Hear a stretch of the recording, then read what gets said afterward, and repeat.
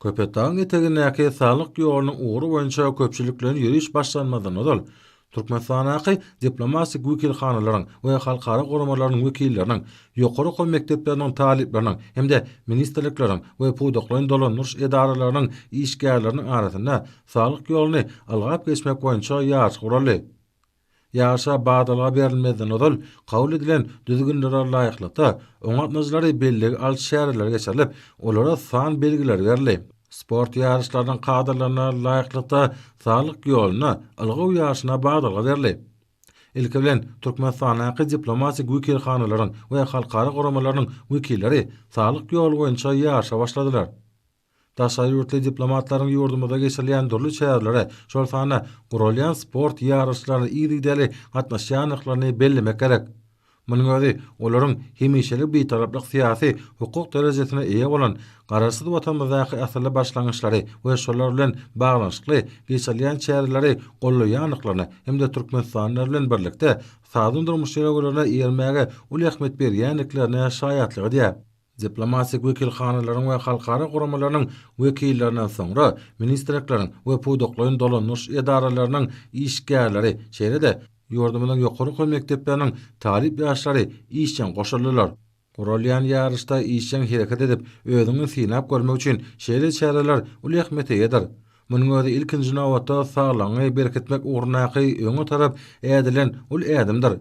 Gahrman arkadamyň başyna başlanan jemgyýetiň sagdynyk medeniýetini kemale getirmäge ulgurlan bu ajaýyp we peýdaly sport şäheresine geçirmek barada çykyş edip, hormat prezidentimiň öňe süren teklibi halkymyň hemde Türkmenistany işleýän diplomatik wekilhanalaryň we halkara goramalarynyň wekilleriniň de uly gollugyna eýe boldy.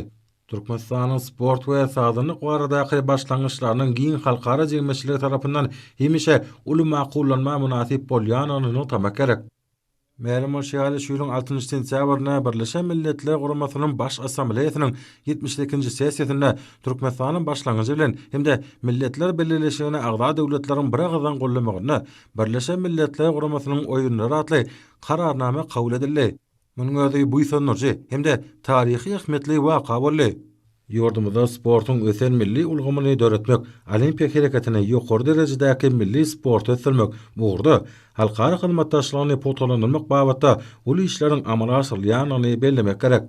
Sport ulgamyny ösürmek boýunça kabul edilen maksatnamalara laýyklykda ören gysga döwürde ýurdumynyň ähli sebetlerine dünýä ölçeglerine laýyk gelýän sport toplumlary, stadionlar, açylyk sport toplumlary, ýönetilýän sport mekdepleri guruldy. Ähli döwürlerde bolşaly, her wagtda sport halkary birek bilen dostlaşdyrýar, parahatçylygy dawranýar. Şoňa görä Türkmenistan Halkara Olimpiya Komiteti, Aziýanyň Olimpiya Geňeşi, Birleşen Milletler Guramasynyň ösüşiň we parahatçylygyň hatyrasyna sport boýunça halkara bürosy, UNESCO-nyň beden terbiýe we sport boýunça hökümetara komiteti, bütün dünýä saglygy goýuş guramasy, halkara we sebetara sport guramalary bilen hyzmatdaşlygyň giňeldirmegine möhüm ähmet berýär.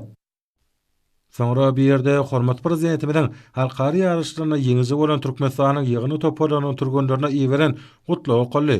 Onda arkadaly gahrman serdarymyz türgünleri 2024-nji Pekin paýgys ummany magtym bolup Pragyna ýeri halkara sport ýarışlaryny üstünlikli çykyş edip, baýrakly ornlara munasip bolmaklary bilen tüý sürekden gutlaýar. Gahrman arkadamyň başyna başlanan beýik başlangyçlar esasynda ýurdumyň halkara sport awry täze belent derejelere ýetdi.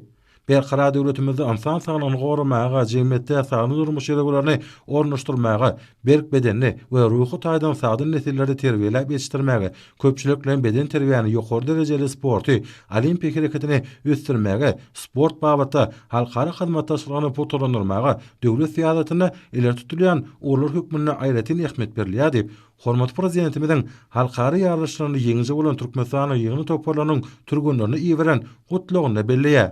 Dawarada çykyş edenler türgünleri ýoksusana tälimçileri buňky şan we gaýlen tüý sürekden gutladylar hemde olara geljekde uly üstünlikler arzuw etdiler. Bellenşýäli Türkmenistana sport babatda netijeli halkara hyzmatdaşlygyny alyp barmaň agtywaly esaslary ýoly goýdy. Bu urda 60-dan gowrak döwlet bilen iki taraply esasy sport ulgamyna hyzmatdaşlyk anyp barlýar. Garaşsyl baky bir tarap otamaz. Birleşen Milletler Guramasyna möhüm başlangyçlar bilen çykyş edip, halkara sport hyzmatdaşlygynyň hasa pogtalanylmagyna Halkara Olimpiya Komitetiniň Aziya Olimpiya Geňeşiniň agzasy hökmünde olimpik hereketiniň ösdürmegine münasip goşunt goşýar. Mälim o şeýle şuýlyň 6-njy sentýabrynda Birleşen Milletler Guramasynyň baş assambleýasynyň 72-nji sessiýasynda Türkmenistanyň başlangyjy bilen hemde Milletler Birleşigine agza döwletleriň bir agadan gollamagyna Birleşen Milletler Guramasynyň oýunlary atly kararnama kabul edildi. Bu resmi namanyň kabul edilmegi Türkmen halkynyň milli lideri Türkmenistanyň halk maslahatynyň başlygy Gahrman Arkadamyň başlangyçlaryny üstünlikde durmuşa sürýän hormat prezidentimiň alyp barýan daşary syýasatynyň nowatdaky halkara üstünligi boldy. 8 kilometrlik ýoluň dowamyny ihlaslyk, çydamlyk, erjelik we maksat okunlyk görkezmekde tapawutynyň diplomatlar Pellehana ilkinjileriň hataryna gelme başladylar. Russiya Federasiýasynyň Türkmenistana ilçhanasynyň wekili 46 minut 49 sekundda Pellehanadan ilkinji bolup geçip, birinji orna münasip boldy. Ýewropanyň täzeliş we üsüşmanlygynyň Türkmenistana wekilhanasynyň ýol başdy. Hemde Beýik Britaniýanyň we Demirgazyk Irlandiýanyň Birleşen Padşahlygynyň Türkmenistana adatdan daşary we dogry tiýaly ilçisi degişlikde ikinji we üçünji ornlara münasip boldylar. Talipleriň arasyna geçiren ýaşda 35 minutda Pellehanadan ilkinji bolup geçen Türkmen Döwlet Beden Ter we Sport Institutynyň talibi birinji orna münasip boldy. Ýagşy gelle Kakay Fadyna Halkara Nevit Boýgaz Uniwersitetiniň hemde Gorunmak ministrlerining Harun Institutynyň talipleri degişlikde ikinji we üçünji ornları eýlediler. Ministrlikleriň we pudoklaryň dolanyş edaralarynyň işgärleriniň arasynda geçilen ýarışda İçeri İşler Ministrliğinin harbi gollukçysy 34 minut 20 sekund netije bilen birinji orny eýledi. Gorunmak ministrliğiniň hemde döwlet serhet gollugynyň harbi gollukçylary degişlikde ikinji we üçünji ornları eýleme başardylar. Soňra dawrat nazy köp sany adamlaryň şowkuny el çapışmalar arasynda halkara ýarışlarda ýeňje bolan Türkmenistanyň milli ýygyny toparlanan turganlaryna, olaryň tälimçilerine hormat prezidentimiň we türkmen halkynyň milli lideri Türkmenistanyň halk maslahatynyň başlygy Gahrman Arkadamyň adyndan gymmat bahaly sowgatlary goşulmak dawrat geçirli. Şunda şu ýylyň 3-nji 5-nji maý aralygyna Täjikistan Respublikasynyň Duşanbe şäherine sportyň judo görnüşi boýunça geçirilen Grand Slam halkara ýarışynda 31-nji marty 1-nji aprel aralygyna Taýland padşahynyň Phuket şäherine agyr atletika boýunça geçirilen Dünýä Kubogyna 22-nji 26-njy maý aralygyna Peru Respublikasynyň Lima şäherine agyr atletika boýunça ýetginçekleriň arasyna geçirilen Dünýä çempionatyna 20-nji 26-njy iýuny aralygyna Gruziýa Respublikasynyň Tbilisi şäherine sportyň para powerlifting görnüşi boýunça geçirilen halkara ýarışynda 22-nji 30-njy sentýabr aralygyna Brunei Darussalamyň Bandar Seri Begawan şäherine geçirilen sportyň uşu görnüşi boýunça ýetginçekleriň arasyna 9-njy dünýä çempionatyna 23 avgust 1 sentyabr aralygyna Vengriýa Respublikasynyň Budapest şäherine sportyň kickboxing görnüşi boýunça ýaşlaryň arasyna geçirilen dünýä çempionatyna 8-13 sentyabr aralygyna Gazaqstan Respublikasynyň Astana şäherine geçirilen Şarabdarlaryň 5-nji bütün dünýä oýunlaryna 29-31 mart aralygyna Türkiýe Respublikasynyň Antalya şäherine sportyň judo görnüşi boýunça geçirilen Grand Slam halkara ýarışynda 25-29 aprel aralygyna Albaniýa Respublikasynyň Durrës şäherine sportyň kuş görnüşi boýunça 8, 10 we 12 ýaşa çenli çağlaryň arasyna geçirilen dünýä çempionatyna 19-28 sentyabr aralygyna Ispaniýa padşahlygynyň Lyon şäherine agyr atletika boýunça ýaşlaryň arasyna geçirilen dünýä çempionatyna şeýle 1-nji 4-nji oktyabr aralygyna Gazaqstan Respublikasynyň Aktaw şäherine sportyň boks görnüşi boýunça ullaryň arasyna geçirilen halkara ýarışynda baýrakly 1-nji, 2-nji hemde 3-nji ornlara münasip bolan turgunlary dawraly ýagdaýda hormat prezidentimiz Arkadaly Gahrman Serdarymyň hemde türkmen halkynyň milli lideri Türkmenistanyň halk maslahatynyň başlygy Gahrman Arkadamyň adyndan gymmat bahaly sowgatlar goşuldy. Mälim şäherli sportyň olimpiya görnüşleri üçin ýetlenen Härakadaman sport isgalynyň gurulmagy turgunlaryň, tälimçileriň we beýleki sport günelmeleriniň taýýarlanmagy üçin döwletimiz tarapyndan äger türlü maý oýunlar göňtürlýär. Ýurdumyzda sport hereketini ösdürmek üçin giň mümkinçilikler döredildi. Ähli sebetlerde zerur injamlar bilen öpçün edilen Härakadaman sport sagaldyş we atçylyk sport topumlary, köp ugurly stadionlar, sport mekdepleri we beýleki ugurdaş desgalar guruldy. Mundan başga da paýtagtymyzda vilayet merkezlerine dünýäniň öňdewaji kampaniýalarynyň enjamlary bilen enjamlaşdyrylan, ýürütüleşdirilen lukmançylyk, tagadys hende anyklaýyş merkezleri gurulyp bolmagy berli. Şeýle binýatlaryň esasy halkara ölçeglerine laýyk gelýän öňdewaji sport tagadys ulgamyny döretmekde ul üstünlikler kazanyldy. Muňa anyk mysallaryň bir hökmünde täzeçil çözgütler esasynda gurulan arkadaş şäherini görkezmek bolar. Bu şäherde köp ogurly sport toplumy, suw sport toplumy, 10 000 ornuk stadion ýaly sport isgalary gurulyp, ýurdumyzyň ilkinji akylly şäheriniň beden terbiýe we sport baradaky baş müdürligi döredildi. Ýurdumyzda ýokary netijeli sporty ösürmek bilen bir hatarda sportyň milli görnüşlerini giňden wagt etmäge aýratyn ähmet berilýär. Sportyň bu görnüşleri halkymyzyň baý mirasynyň aýrylmaz bölegidir. Tiýraglan dawratynyň dowamyna halkary ýarışlaryna aýratyn tapatunan turgunlar üçin şahsyr paýta ýalandy. Şunun bilen baglykda Türkmenistan prezidentiniň gol çeken buýrugyna laýyklykda arkadaly gahrman serdarymyň adyndan şahsyr paýlary Türkmen Döwlet Mali Institutynyň talibi Alparslan Begenjewa 2024-nji ýylyň 2-8 sentýabr aralygynda Ispaniýa paçalygynyň Pontevedra şäherinde erkin goraş boýunça 20 ýaş içinde turgunlaryň arasyna geçirilen dünýä çempionatynda ýeňici bolup, barynjy orna we altyn medala munasip bolanyny göz öňüne tutulup, Toyota Camry kysymly ýeňil awtoulogy, şeýle-de Türkmen Döwlet Beden Terbiýe we Sport Institutynyň talibi Şahzatbek Mätýagubow 2024-nji ýylyň 19-28 sentýabr aralygynda Ispaniýa paçalygynyň Lyon şäherinde agratletika boýunça ýaşlaryň arasyna geçirilen dünýä çempionatynda ýeňici bolup, barynjy orna we altyn medala munasip bolanyny göz öňüne tutulup, Toyota Camry kysymly ýeňil awtoulogy sowgat berilip, olaryň açarlary dawral ýagdaýda oşurly. Turgunlar täze awtoulogyň açarlaryny ýüzlerine silip, hormat prezidentimize hemde Türkmen halkynyň milli lideri gahrman arkadamyda tüý sürekden hoşalyk duýgulary we alkyş sözlerini beýan etdiler. Ýaşlaryň arasyna geçirilen erkin göreş boýunça dünýä çempionatynda birinji orna altyn medala munasip boldum. Bu meň durmuşymda ýatdan çykmajak bir wakalaryň biri boldy. Meniň üstünlikli çykyş etmegim Mähriban arkadaly gahrman serdarymyzyň ýurdumyzda sport ösdürmek üçin amal asyrýan ulu işleriniň Türkmen sportyna bolan ihlasanyň netijesidir.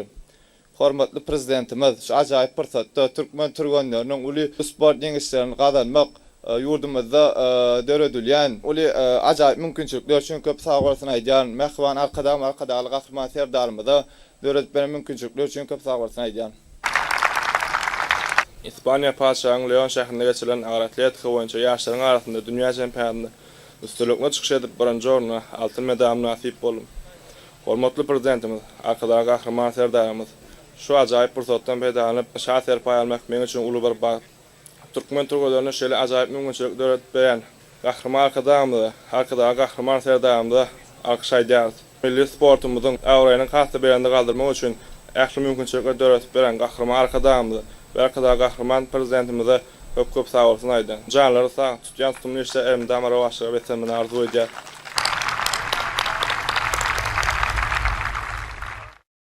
Turgunlara bugunky şany wakanyň şäklerini gowşulan awtouloglar Türkmeniň milli däp desturlaryna laýyklykda kabul edildi.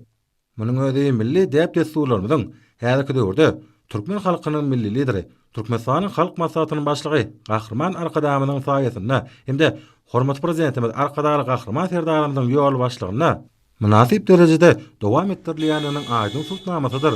Bugunky dawarada hormat prezidentimiň adyndan şahsyr paýlaryna munasip bolan turgunlar şular ýaly döredilýän şertler mümkinçilikler üçin hormat prezidentimiz arkadaly gahrman serdarymyza hemde Türkmen halkynyň milli lideri, Türkmenistanyň halk maslahatynyň başlygy gahrman arkadamyza alkyş hem hoşalyk sözlerini aýdyp, geljekde watanymyzyň sport elemindäki awraýyny hasy belentleri galarjakdyklaryna inanyrdylar.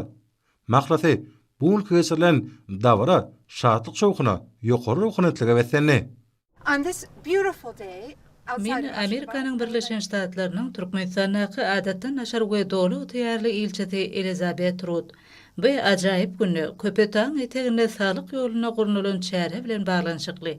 Ilatyň saglygyna arad edýän Türkmenistanyň hormatly prezidentini hemde Türkmen halkynyň milli liderini bu ajaýyp başlangyjy bilen gutlagan. Şeýle hem biz diplomatlary Türkmen halky bilen bilelikde salyk ýoluna ýürüýüşi çağıranyklar üçin hoşallygy bildirgen. Türkmenistanda halkyň saglygyny goramak üçin ägli şertler döredilen. Ýagny ýokary hille saglyk öpçünçüligi sport şäherleri sagdyny iýmit ägli halk üçin eleterliler. Sport diplomatiýasynyň mümkinçiliklerini netijeli peýdalanma ugruna netijeli başlanýşlar bilen çykyş edýän Türkmenistanyň hormatly prezidentine hemde türkmen halkynyň milli liderine geljekde de uly üstünlikleri arzu edýän. Sag bolun. Min Yakovlev Vadim, Rusiya Federasyanynyň Türkmenistandaky ilçihanatynyň 2-nji sekretary. Bugünkü sport bayramçylygy bilen ähliňi gutlaýan. İlki bilenem ýokary derejede guralan bu sport şäheretine gatnaşmagy döredilen mümkinçilik üçin türkmen halkynyň milli lider gahrman arkadagy hemde Türkmenistanyň çuňur hormatlanýan prezidentine köp sag bolsun aýtýar. Bu sport ýarşyna bellenen aralygy 46 minutda geçip birinji ýere münasip boldum. Umuman çeýle sport bätleşikleriniň geçirilmegi Türkmenistanda sagdyn durmuş ýörelgeleriniň parahatçylygyň dawralanýandygyny alamatlandyrýar. Biz bugünkü ajaýyp bayramçylyk wakalary bilen siziň ähliňizi gutlaýar. Goý türkmen halkynyň milli lider gahrman arkadagyň hemde Türkmenistanyň hormatly prezidentiniň janlar sag, işleri rowaç bolsun. Sag bolun. Men Narin Sakyan, Birleşen Milletler Guramasynyň ötüş maksatnamasynyň Türkmenistanaky hemişelik wekili. Bugünkü çäre sportyň dostlyk gatnaşyklary babatda ören ähmiýetliligini görkezdi. Sport ulgamna degişli tatlamalary durmuşa geçirmekde Türkmenistana köp işler edilge. Bu babatda Türkmenistanyň hormatly prezidentiniň amala aşyrgan özgörtmeleri bellenmäge münasip. Türkmenistanyň başlangyç esasyna Birleşen Milletler Guramasynyň baş assambleýasy tarapyndan Birleşen Milletler Guramasynyň oýunlary atly kararnamanyň kabul edilmegi Türkmenistanyň halkara awrynyň barha artýanyny tasdikleýär. Sportyň durnukly ösüşi gadanmakda möhümdigi aýdyn hakykat. Sport şäherlerini Türkmenistanyň hormatly prezidentiniň özüniň gatnaşmagy hemmelere göreli bolup durýar. Köpçüliklerin beden terbiýanyň sportyň ösürilmegine uly üns bergen Türkmenistanyň hormatly prezidentine köp sag bolsun aýdýar. Häzirki wagtda Türkmenistanaky özgörtmeleri hemmeleri gyzyklandyrýar. Türkmenistanyň ykdysat taýdan durnukly ösüşi, ähli urlardaky üstünlikler, netijeli gatnaşyklary bolan gyzyklanmany artdyrýar.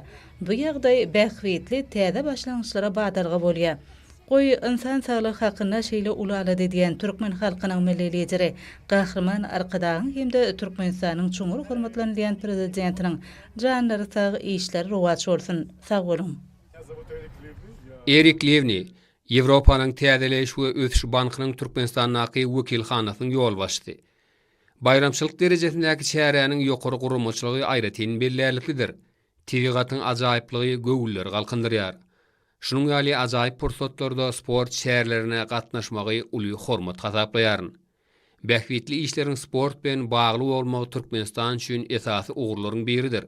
Türkmenistanyň başlangyjy esasynda Birleşen Milletler Guramasynyň baş assambleýasy tarapyndan Birleşen Milletler Guramasynyň oýullar atly kararnamanyň kabul edilmegi Türkmenistanyň sport diplomatiýasynyň rowaçlanýanyny tasdikleýär. Bu ýagdaý hemmeleri sport üstünliklerini ruhlandyrýar.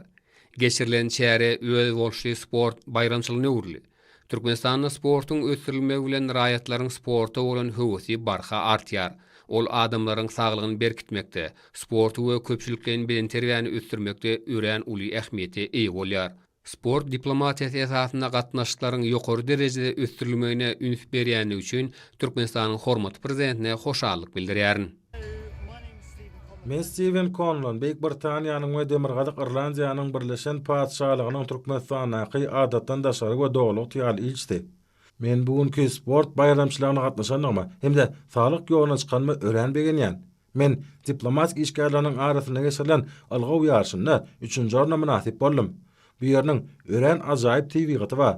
Men Türkmenistanyň hormatly prezidentine we türkmen halkynyň milli liderine şeýle ajaýyp başlangyç üçin hoşalyk bildirýän. Ähli adamlary bu saglyk ýoluna çykmaga çagyrýan. Mälim bolşýarly şu ýylyň 6-njy sentýabrynda Birleşen Milletler Guramasynyň baş assambleýasynyň 72-nji sessiýasynda Türkmenistanyň başlangyjy bilen hemde Milletler Birleşigine agda döwletleriň bir agadan gollamagyny Birleşen Milletler Guramasynyň oýunlary atly kararnama kabul edildi. Tutuş adamlar üçin möhüm ähmiýete bolan bu resmi nama Türkmenistanyň parahatçylyk söýüjülükleri daşary syýasatynyň we sport diplomatiýasynyň nowatdaky halkara üstünligidir.